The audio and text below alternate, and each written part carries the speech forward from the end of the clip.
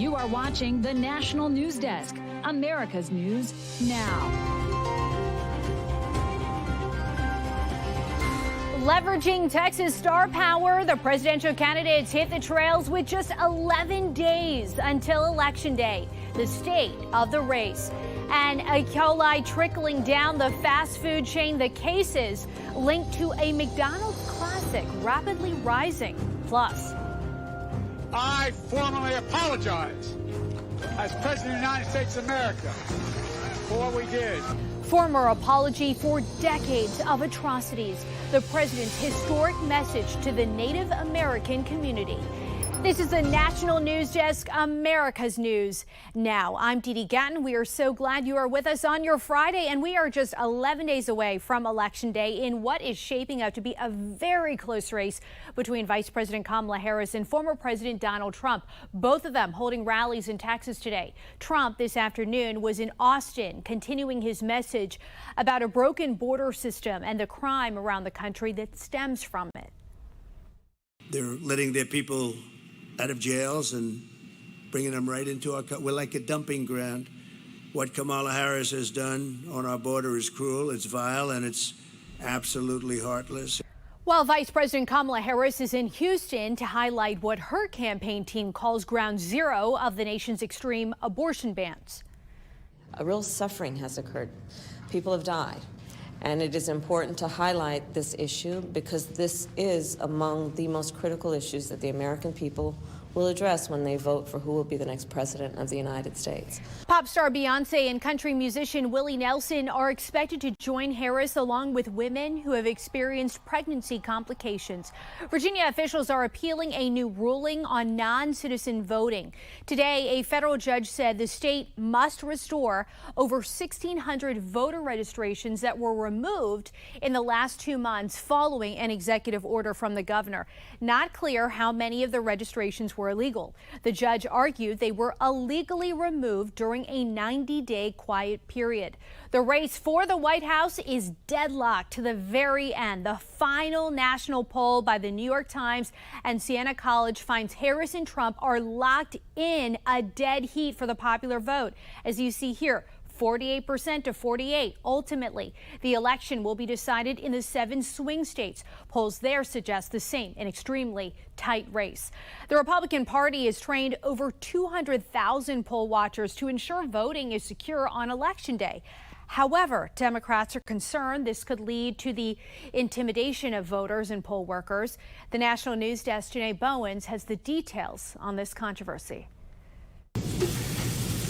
Republican poll watchers across the country are encouraged to be aggressive and assertive to guarantee a quality presidential election. You're the eyes and ears. You're the people that can make sure that all the rules are being followed. Jim Womack, a local Republican Party chair in North Carolina, told Reuters he's training volunteers how to spot nefarious activity. To exploit vulnerabilities in the law and to commit fraud in the election are coming from the left. There's no doubt about it. He represents just a piece of the Republican National Committee's large-scale operation. We have trained 230,000 people in this country to do those jobs. That means in each battleground state, Sean, 5,000 people working or observing at the polling locations. That means 500 attorneys on the ground. Every time a vote is cast and counted, we want eyes on it.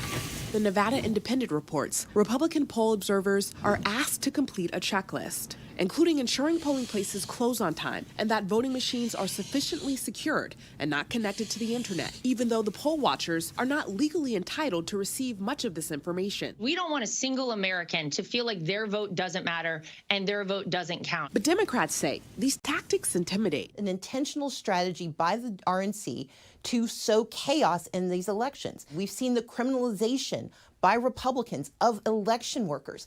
And so we cannot treat this year the same as we did 2020 because there have been intentional strategies adopted to weaken not just confidence, but the infrastructure of elections.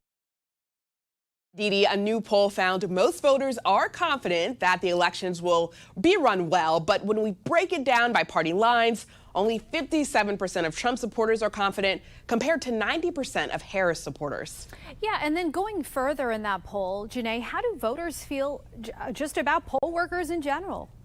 Yeah, so most voters are confident in their local poll workers. However, this is interesting. Only 38% of Trump supporters are confident absentee ballots will be counted correctly, compared to 85% of Harris supporters. Dee Dee. All right, live from Washington, D.C., Janae Bowens, thank you. Turning to new developments, the Los Angeles District Attorney is recommending resentencing of 50 years to life for Lyle and Eric Menendez. The brothers are serving a sentence or life without parole for the 1989 murder of their parents. They say they acted in self-defense following years of physical and sexual abuse from their father. Look, I mean, the petition is under California law. Basically, the judge is looking at two major components. Number one, have they shown that they have rehabilitated during a time in prison?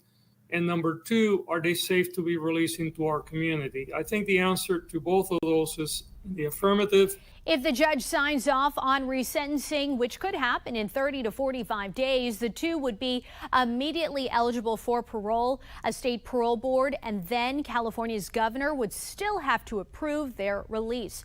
Former Abercrombie and Fitch CEO Mike Jeffries and his associate James Jacobson have pleaded not guilty to criminal sex trafficking and interstate prostitution charges. They were arrested on Tuesday when a federal indictment was unsealed, accusing them of running an international sex trafficking operation. They could face life in prison if convicted. Secretary of State Antony Blinken was in London today after finishing his 11th tour of the Mideast since war broke out last October. Today, he met with more Middle East officials and offered the United States' support for political stability and also an increase of humanitarian need inside Lebanon. The Jordanian foreign minister, joined by Antony Blinken, called for an end of Israel's offensive so displaced citizens can return to their homes. In Lebanon, I think the Lebanese government is clear now. It wants to implement Resolution 1701, so that should be implemented and save, again, hundreds, thousands of lives that are being killed. But what is UNSC 1701? It was adopted unanimously by the Security Council in August of 2006 to end the last war between Israel and Hezbollah forces. The resolution called for a permanent ceasefire between the two and, among other stipulations, created an area free of any armed personnel, assets, and weapons other than those of the Lebanese authorities and UNIFIL between the Blue Line, which is the border of Israel and Lebanon, and the Litani River, which is a little more than 15 miles north of that border. To be clear, Hezbollah militants are not part of the official Lebanese army. Israel says their intent in their military operations inside Lebanon is to rid Hezbollah's fighters and weapons from this area after Hezbollah has fired at least 9,000 rockets into Israel below the armistice line since last year. As far as the ceasefire goes, Secretary Blinken wasn't able to give a lot of details, but says negotiations should start soon. We do anticipate that the negotiators will be getting together in the coming days. And again, what we really have to determine is whether Hamas is prepared to engage. CNN reports negotiators from the U.S., Israel, and Qatar are set to meet on Sunday to talk about an agreement. The goal is both to have a ceasefire in place and for hostages to be returned. Blinken has said the recent death of Hamas leader Yahya Sinwar could mean there's an important opportunity to end the war. At least 75 people in 13 states have gotten sick in an expanding E. coli outbreak from McDonald's Quarter Pounder burgers. Today, the CDC announced hospitalizations have risen to 22 and one person has died. The FDA says the source is still not clear, but it could be the beef patties or the onions. McDonald's says the supplier, Taylor Farms, has recalled yellow onions out of caution. Smoked salmon from Costco, it's being recalled because of possible listeria contamination. Kirkland's signature smoked salmon with the lot number on your screen, it is affected. Customers who bought this product between October 9th and 13th have been notified. If you have it, you should bring it back to Costco for a refund. Coming up next, China seems to be stepping up its efforts to meddle in the November election. The tactics the country is using to try and influence the outcome. Then Florida deputies are finding more of a drug that may have played a role in Liam Payne's death. why they say pink cocaine is particularly dangerous. Later, why many Americans are going deeper into debt despite signs of an improving economy, and who's most impacted. We'll be right back.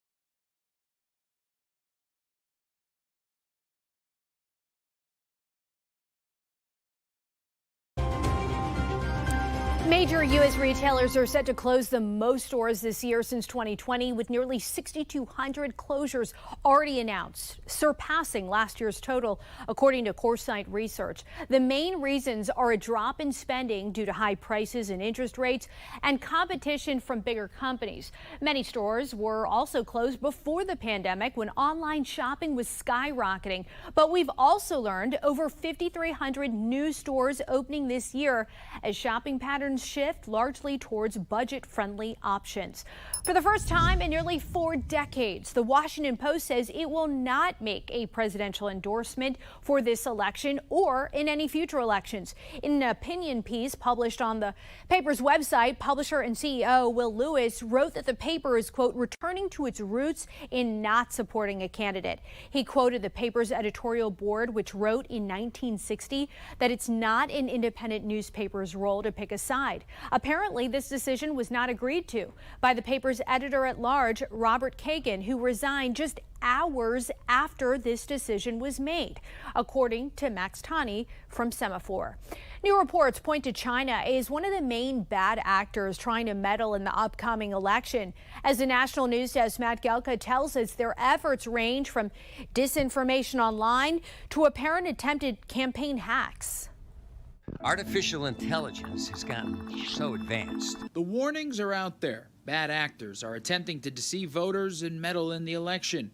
Represent Us, a nonpartisan group focused on threats to democracy, is out with this ad to try and make voters aware before it's too late. They'll use fake phone calls, videos, or messages to try to change when, how, or where you vote. We should be really concerned about both foreign and homegrown adversaries. We know that the same folks that were trying to interfere with the election in 2016 and 2020 from across the pond, they're still at it. And this week, Microsoft's Threat Analysis Center is out with its latest report tracking election meddling from Iran, Russia, and China.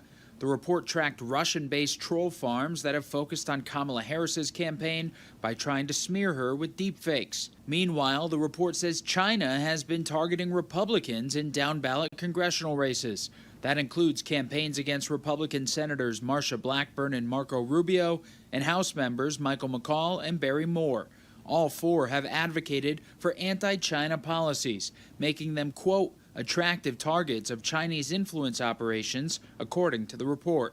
And it's not just online. A new report from the House Oversight Committee says the government is not prepared well enough to push back on the threat from China. Government Accountability Institute President Peter Schweitzer is cited in the House report, calling for a government-wide strategy. Some government agencies they found to be pretty aware of the threat, taking precautions. Some of them are woefully ill-equipped to deal with this threat and this challenge, and that should be very concerning for all of us. The New York Times reports another escalation beyond online disinformation. Chinese hackers apparently targeted phones used by former President Donald Trump and running mate J.D. Vance. It's unclear what data, if any, could have been intercepted. Reporting in Washington, I'm Matt Gelka. I formally apologize as President of the United States of America for what we did.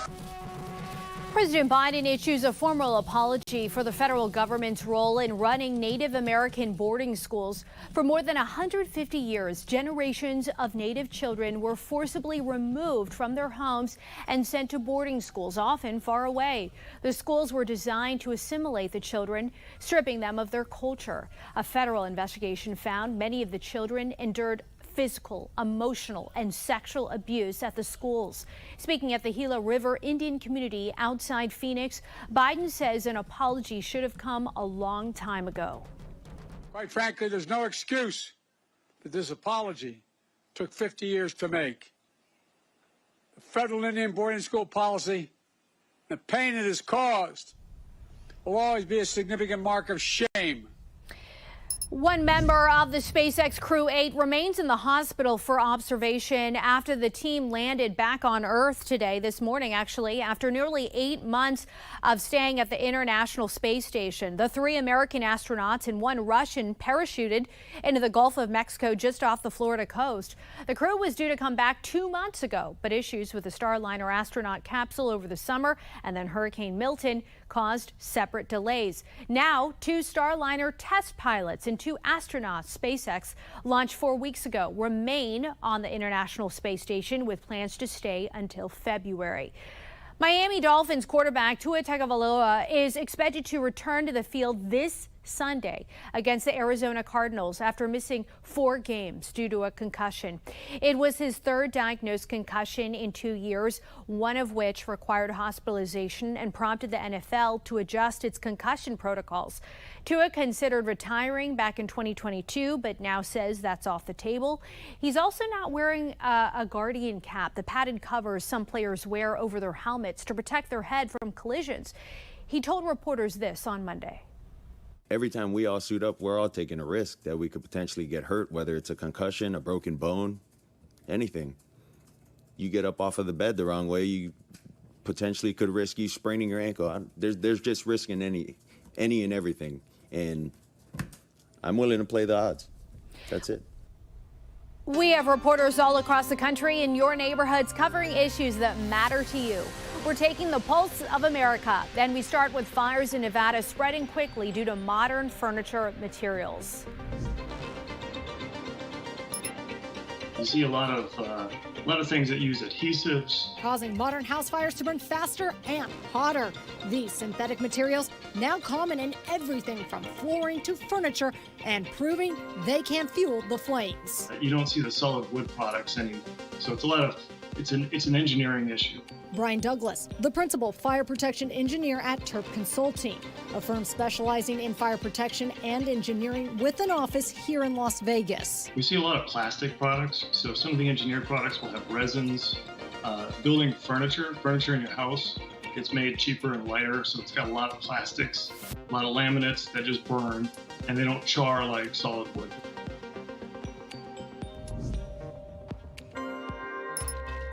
They're seeing something in pink. It's such a misnomer. It's like almost something that's pleasant. This is not pleasant. This is death. This batch of pink cocaine was recently seized by the Martin County Sheriff's Office. It was reportedly found in One Direction singer Liam Payne's system after his recent death. It's a deadly cocktail is what it is, and it's not surprising that he died as a result of this, and I would imagine that as we start to see it on the Treasure Coast, we'll see more overdose. The Martin County Sheriff says the name is misleading. There is no cocaine in this mixture. It's a combination of various hallucinogenics like MDMA, ketamine, and others. Every single batch will have a different grouping of drugs. Not long after Baltimore's Key Bridge collapsed, Maryland transportation officials turned some of their attention down the bay. The Maryland Transportation Authority tells us that its engineers are in the early stages of designing a new pier protection system for the Bay Bridge. They say that the point is to protect it from ship strikes. Good morning, Chairman Graves, Ranking Member Larson, and members of the committee. When she testified before Congress in May, the National Transportation Safety Board's chair warned what happened in Baltimore could happen again. This could happen in any of your districts. Coming up, between childcare, rent, groceries, and student loans, costs are hitting Americans hard. What's driving people so deep in debt, and what can be done about it?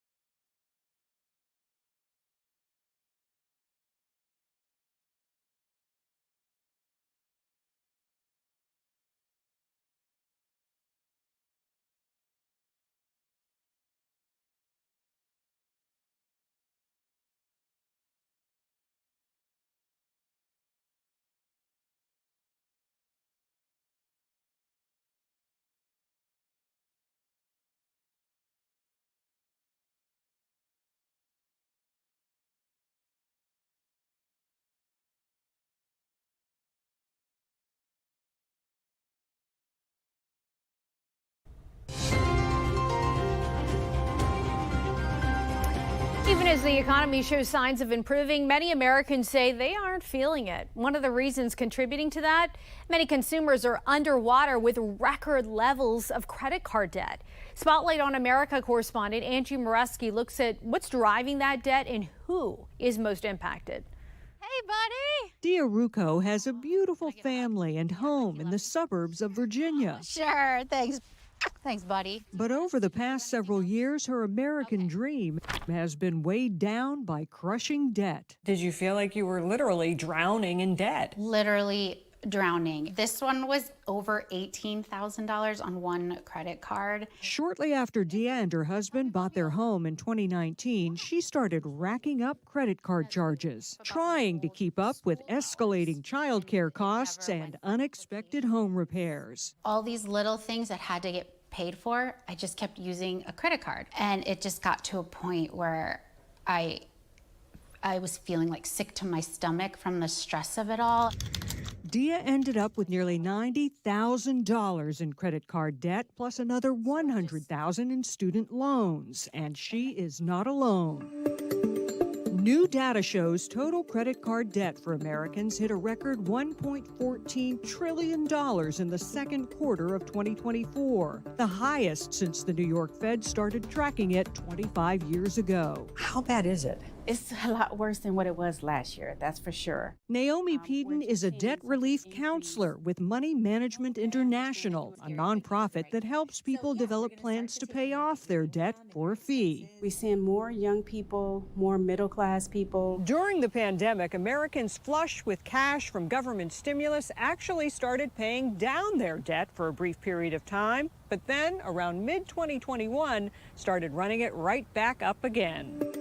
In just 3 years, revolving consumer debt has jumped nearly 40%, the biggest spike ever, hitting the highest amount ever. Increase in expenses. Peden says inflation has been a major factor, leading many consumers like Dia to use credit cards to supplement their income to pay for everyday expenses. I could not keep up with it. And while inflation is now cooling, Peden says many people aren't feeling the benefit yet because consumer prices are still up 21% since February of 2020. Increase in food, the increase in gas, the increase in other other expenses, just regular monthly expenses. How realistic is that when you're so deep in debt to get out? It's very realistic. Dia decided she needed help and created a debt management plan with professional assistance from MMI. They were able to get her credit card interest rates, some as high as 30%, negotiated down to under 10%. And she's been faithfully paying them off ever since. I'm on track and I will be done in just a few more months. That's an incredible, freeing feeling. Not easy, but worth it. To enjoy a future with her family. Did you read the card? Debt-free. You think that's for you? For Spotlight on America, I'm Angie Moreski. Game 1 of the World Series begins tonight. Coming up, why this year's matchup is about history repeating.